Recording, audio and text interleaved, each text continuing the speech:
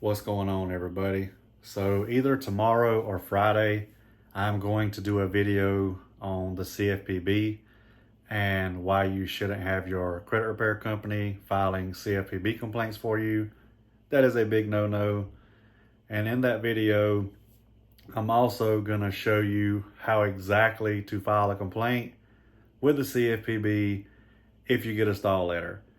Now, this short video is going to be about, I don't even want to call him my competitor, but we'll call him my competitor, actually calling me the GOAT on their channel. And as you can see from the screenshots, I've been showing we get results every day.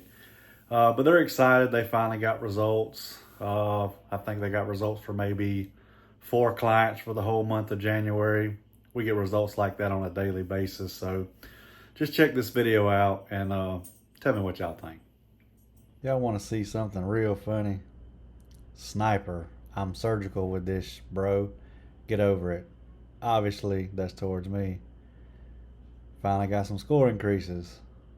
We know that's fake. We definitely know they didn't get 32 late payments. But if you're the GOAT referring to me, then I'm the MFing shepherd. This is literally the same exact results as this. People aren't that dumb, buddy. You can try again.